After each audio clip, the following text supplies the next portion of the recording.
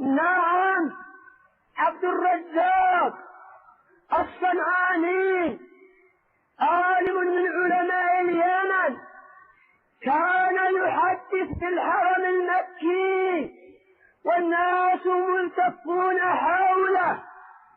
وفي ذات الليلة خرج فما وجد في حلقته أحدا، فتمعر وجهه وقلق خوفا أن يظن أنه كذاب، فقال: أين الناس؟ قالوا: قدم وكيع بن الجراح، فذهبوا يستمعون منه، فزال ما به من القلق، لأن وكيعا يعتبر أحفظ من عبد الرزاق.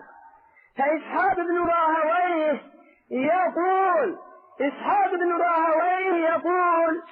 حفظنا تكلف وحفظ وكيع طبع، وأيضا وكيع أظنه أكبر من عبد الرزاق، وكانوا يتنافسون في العلو. قال شيخنا محمد بن عبد الله الصومالي حفظه الله عند أن أخبرنا بذلك، قال: لأنها لم تكن تربطهم المادة.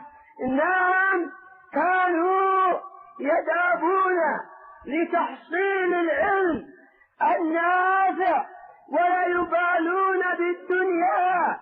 نعم،